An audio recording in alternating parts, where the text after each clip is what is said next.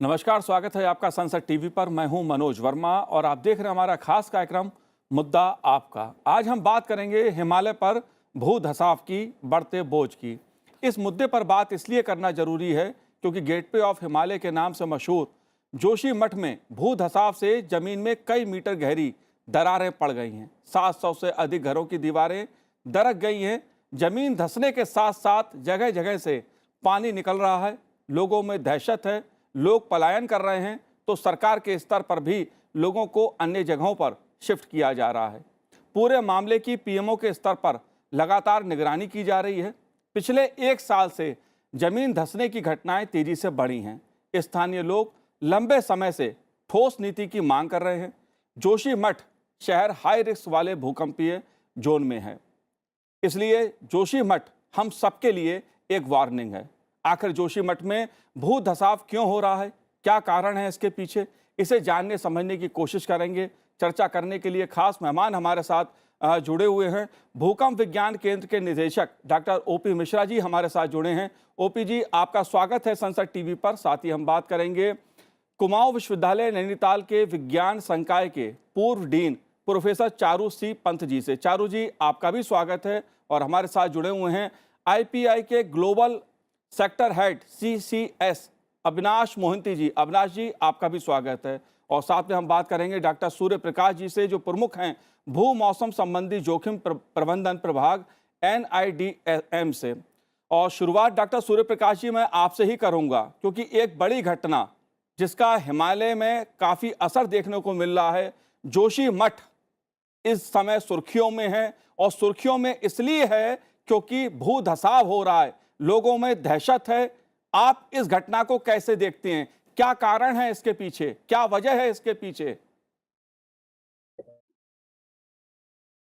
देखिए, ये जो घटना जोशीमठ में अभी आजकल जी। घटनाएं हिमालय क्षेत्रों में विभिन्न भागों में होती रही हैं। और जोशीमठ में भी ये पहली बार नहीं है कि इस तरह की घटना घटित हुई है। जी।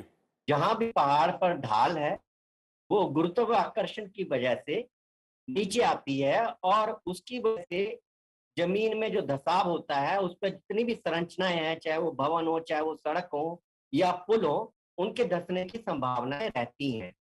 तो ये सब तब होता है जब या तो वहां पे कोई भूस्खलन पहले से हो, जी। या कोई नया भूस्खलन उत्पन्न हो जाता है वहां पे होने वाली गतिविधियों की वजह से। हम पहाड़ों पर ढालों को, पर्यावरण को बदल रहे हैं और उनका स्वरूप बदलने से उनके जो एडवर्स कंसिक्वेंसेस हैं वो भी हमें देखने को मिलते हैं। तो जो जोशीमठ में 700 घरों में आपने रिपोर्ट किया दरारें पड़ी हैं और डैमेजेज हुए हैं, उसका क्षति का सबसे बड़ा कारण है वहाँ की जो ढाल है और जमीन है उसका अस्थिर होना। और उस अस्थिरता की वजह हमारे विभिन्न कारण हो सकते हैं, जी। जिसको हमें अध्ययन करने की जरूरत है और जिनको हमें संभालने की जरूरत है।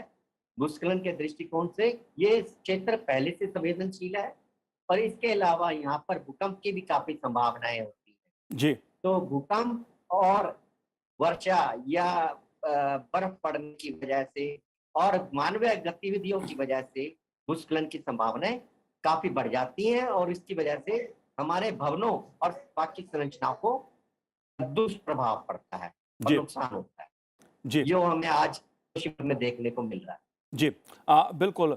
दरअसल जोशीमठ में इससे पहले भी कई घटनाएं सामने आ चुकी हैं, लेकिन इस बार जिस प्रकार से दरारें बड़े पैमाने पर सामने आ रही हैं, चर्चा इसलिए हो रही है क्योंकि जो हिमालय पर बोझ बढ़ा है, जिस प्रकार से जलवायु परिवर्तन का असर हो रहा है, उसके परिणाम, जिस प्रकार से शहरीकरण तेजी से बढ़ा है, उसका असर देखने को मिल रहा है। प्रोफेसर चारू जी, आप कैसे देखते हैं जोशीमठ की घटना को? क्योंकि तमाम सवाल खड़े हो रहे हैं, इसके पीछे वजह क्या है, क्या कारण है इसके पीछे? जी हाँ, जो मुख्य मैं समझता हूँ जो कारण है, एक तो ये उच्च हिमालय क्षेत्र में आता है। दूसरी बात ये है कि जो बहुत यहाँ के स्लोप्स हैं, स्लोप्स बहुत स्टीप हैं और ये जनरली डीप स्लोप्स हैं। डीप स्लोप्स उसको कहते हैं जहाँ स्लोप का और रॉक्स के जो चट्टानों की संस्तर होते हैं वो एक ही दिशा में झुकी हुई होती हैं। जहाँ तक तो इसकी बात है जोशीमठ। जोशीमठ से लेकर के नीचे हमारा वो जगह है विष्णुप्रयाग जी तक अगर हम प्रोफाइल देखें तो कई जगह कॉन्वेक्स स्लोप्स हैं। कॉन्वेक्स स्लोप जैसे सूर्य प्रकाश जी ने बताया कि वो ग्रेविटी काम करती है, जहाँ जहाँ सेडिमेंट वाटर सैचुरेटेड है, जहाँ लिक्विफैक्शन होता है, जहाँ बहुत सारा पानी अवेलेबल है। क्योंकि इसका मेन कारण तो मैं समझता हूँ कि कोई ड्रेनेज का ना हो। पूरे शहर में ड्रेनेज नहीं है। ये तो रात्रि का एक विश्राम स्थल था जो बढ़ते बढ़ते एक बड़ा शहर का रूप ले लिया। जी लेकिन हमने कुछ उस पर्यावरण को बचाने के लिए कुछ नहीं किया, वहाँ के उसको बचाने के लिए। जैसे कोई ड्रेनेज ना हो। ऐसी स्थिति कई शहरों की है, नैनीताल भी उसमें से एक है। लेकिन नैनीताल में तो ब्रिटिशर्स ने 1885 में ही पूरे 64 नाले हैं। ऐसे ही यहाँ भी नालों को बनाने की जरूरत है। नाले माने जिससे पानी सरफेस रन ऑफ को आप कंट्रोल करके सुरक्षित जगह में उसका निकास करें। जी एक तो ये बात है। दूसरी बात ये है, जो आज अगर आपने देखा होगा, क्लिपिंग्स देखी होंगी वहां की, तो उसमें जो गंदला पानी निकल रहा है, turbid water is oozing out from the slopes and from the springs. ये इंडिकेट करता है कि पोर वाटर प्रेशर, ये पानी ही है जो मिसचीफ करता है। किसी भी लैंडस्लाइड या किसी भी स्लोप इंस्टेबिलिटी का जो मुख्य कारण है वो है स्लोप का अनस्टेबल होना, पानी की निकासी का प्रॉपर न होना। पानी रंध्रों के अंदर, फ्रैक्चर्स के अंदर चला जाता है और ये प्रेशर जनरेट करता है। प्रेशर जनरेट करने पे पूरे का पूरा स्लोप फेल हो जाता है। तो अभी की घटना जो है उसमें टर्बिडिटी, जो पानी अंदर से निकल रहा है उसके साथ टर्बिड है, यानी उसकी लिक्विफैक्शन हो रहा है। जी लिक्विफैक्शन में क्या होता है, सेडिमेंट पार्टिकल भी बॉयंट हो जाते हैं। वो पानी के साथ बह करके उसका बिहेवियर सॉलिड ना हो करके फ्लो की तरह होता है। तो जी ये उसके कारण है। जी जहां तक उसकी बात है, मैं 2-3 चीजें हैं जिनको शेयर करना चाहता हूं। एक तो वहां की रॉक्स, शिस्ट और नाइसिस का इंटरब्रीडिंग है, जहां पर दो कॉन्ट्रास्टिंग लिथोलॉजीज होती हैं, दो अलग अलग तरह की चट्टानें, आपस में संबंध होता है। और बहुत सारे शेयर जोन्स। शेयर जोन माने जिनमें वो एरिया जहां पर रॉक्स पास्ट में मूव की हैं, उनमें मूवमेंट हुआ है, हलचल हुआ है। वैसे भी ये अर्थक्वेक इस एरिया में तो आते रहते हैं। जी जी बहुत सेंसिटिव एरिया है जो ये पूरा। बिल्कुल उत्तरकाशी, चमोली डिस्ट्रिक्ट और पिथौरागढ़ डिस्ट्रिक्ट और बागेश्वर डिस्ट्रिक्ट, जी ये बिल्कुल हमारे एरिया के साइस्मिकली बहुत ही एक्टिव रीजन है। यहाँ होता रहता है, ये चीजें होती रहती है। तो ये शायद कोई ट्रिमर आया हो, या अभी तो शुक्र है कि ये ड्राई पीरियड है। अगर यही चीजें बरसात में होती तो औली से लेकर के विष्णुप्रयाग तक का जो पूरा इलाका है जी ये खतरे की जद में है। अब जी आप कहेंगे बिल्कुल। कि ये इसी बार क्यों हो रहा है? मैं केवल जोशीमठ की घटना का उदाहरण दे रहा हूं क्योंकि तात्कालिक घटनाएं वहां पर घटित हुई हैं। लेकिन अगर हिमालय की बात मैं करूं तो तमाम ऐसे शहर हैं इस समय उत्तराखंड के जो खतरे के ऊपर बैठे हुए हैं एक तरह से, चाहे बात भूकंप की हो, भूस्खलन की हो, या तमाम ऐसे मुद्दे हों। डॉक्टर ओपी मिश्रा जी, आप कैसे देखते हैं इस पूरी घटना को? क्योंकि तमाम तरह की बात कही जा रही है कि जिस प्रकार से सड़कों का निर्माण, विकास कार्य तेजी से हुए हैं, क्या वो वजह है? क्या ये वजह है कि वहां पर कुछ विद्युत परियोजनाएं शुरू की गई, टनल की बात भी आ रही है, क्या ये सब वजह भी है? देखिए, मुझे बहुत अच्छा लगा मेरे दो पूर्व के मेरे स्पीकर्स जो प्रकाश डाले हैं। आप यदि सेस्मोटेक्टोनिक सेटिंग देखें जोशीमठ के अगल बगल, तो ये मेन सेंट्रल थ्रस्ट जिसमें मुशियारी थ्रस्ट एक पार्ट है, इट वाज हाईली सेस्मिकली एक्टिव। और ये जो घटनाएं घट रही है कोई आज का नहीं है। आप देखेंगे कि चामोली का जो अर्थक्वेक हुआ था 1999 में, जी उसके बाद जो काफी जो है आफ्टर शॉक्स हुए, उसके बाद बहुत से छोटे छोटे अर्थक्वेक करके रिलीज हुए। और अभी आप देखिएगा कि 8 अक्टूबर 2022 को 3.9 अर्थक्वेक 70 किलोमीटर के पेरीफेरी में बागेश्वर में हुआ था।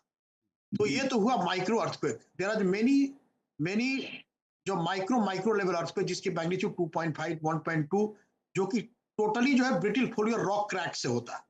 और प्रॉब्लम यह है कि रॉक की जो वीकनेस जो है बिकॉज ऑफ द सेस्मोजेनिक फैक्टर्स, स्ट्रेस लेवल दिन पर दिन घट रहा है।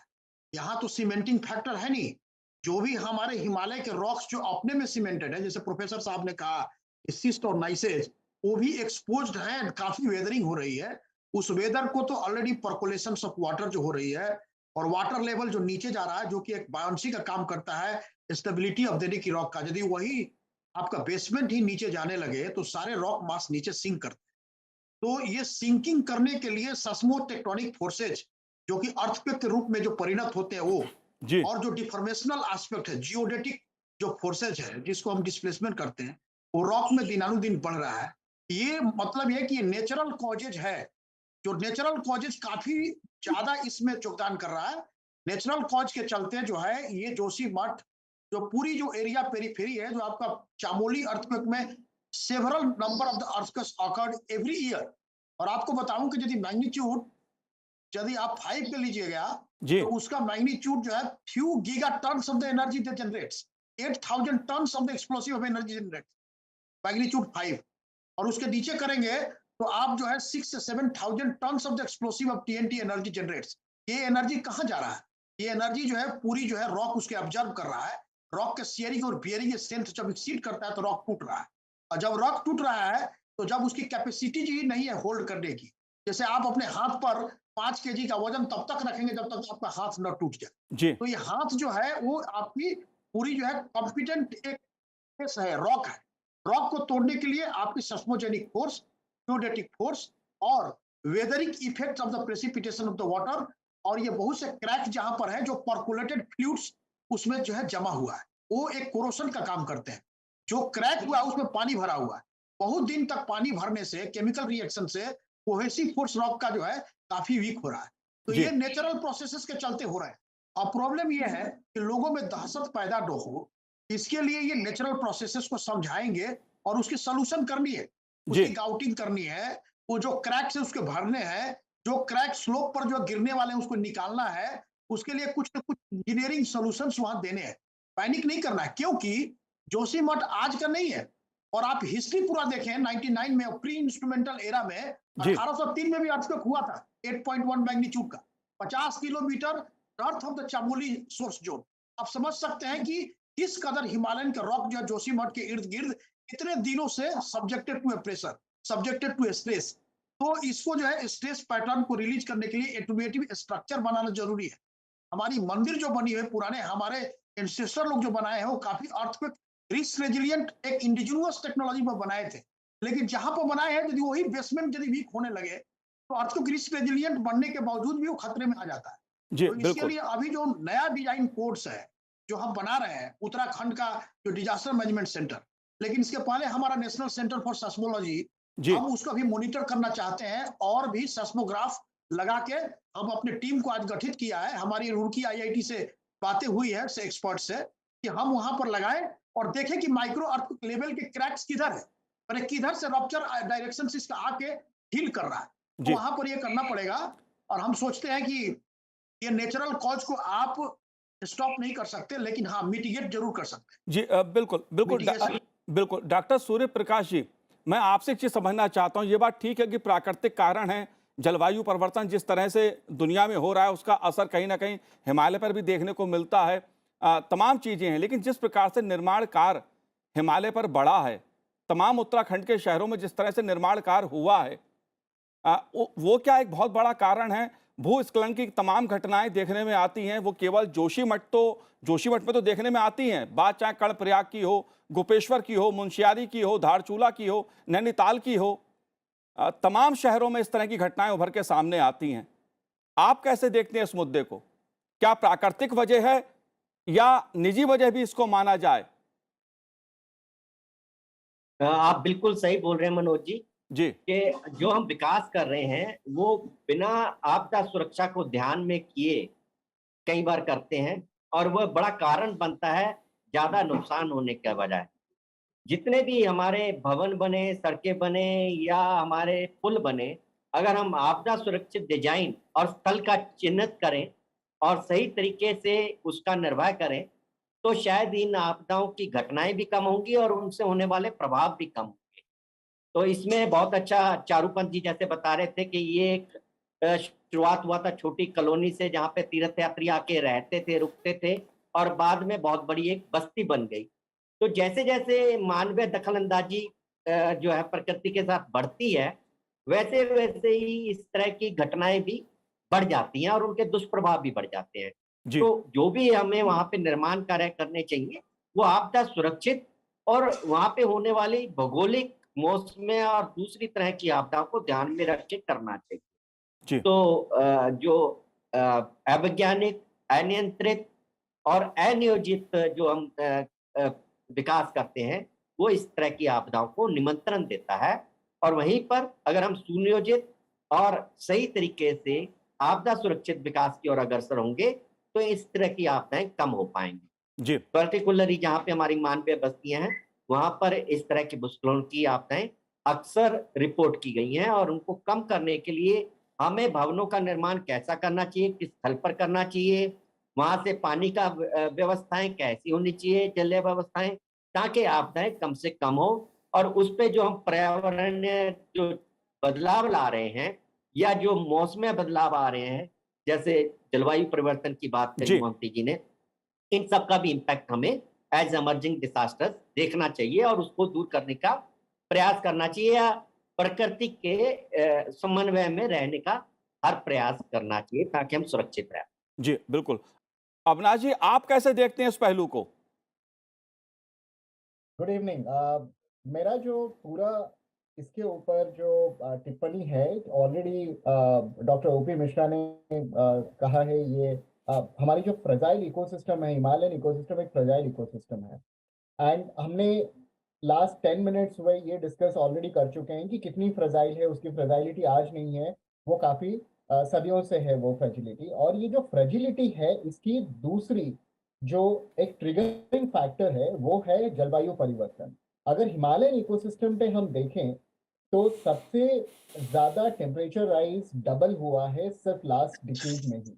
इसके वजह से क्या हुआ है कि एक तरफ आपके जो नेचुरल फेनोमेनन है, जो कि एक रिकरेंट फेनोमेनन है, वो तो चल ही रहा है, बट उसके साथ जो इशू है ऑफ क्लाइमेट चेंज वो ट्रिगर कर रही है। कैसे ट्रिगर कर रही है? क्लाइमेट चेंज फ्लैश फ्लड्स को ट्रिगर करती है, और जैसे ही फ्लैश फ्लड्स की फ्रीक्वेंसी और इंटेंसिटी बढ़ने लगती है, उस हिसाब से लैंडस्लाइड्स की जो रेट है वो भी बढ़ने लगती है, क्योंकि हमारी इकोसिस्टम ऑलरेडी फ्रेजाइल है। नंबर वन, अगर हम एक लैंडस्केप के तौर से देखें, लास्ट 50 इयर्स में सिर्फ हिमालयन इकोसिस्टम की इंडिया के एवरेज अगर देखें तो 45% of the landscape has been distracted.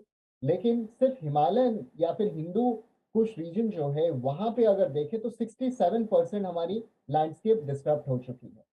हर एक जगह की एक कैरिंग कैपेसिटी होती है। डॉक्टर मिश्रा ने कहा कि आप अगर आपके हाथ में एक डंबल लेंगे 5 किलोग्राम का और एक 50 किलोग्राम का, तो आपकी हाथ पकड़ नहीं सकती है। वैसे ही एक रीजन का जो जो डाइवर्सिफिकेशन है वो पकड़ नहीं पाएगी।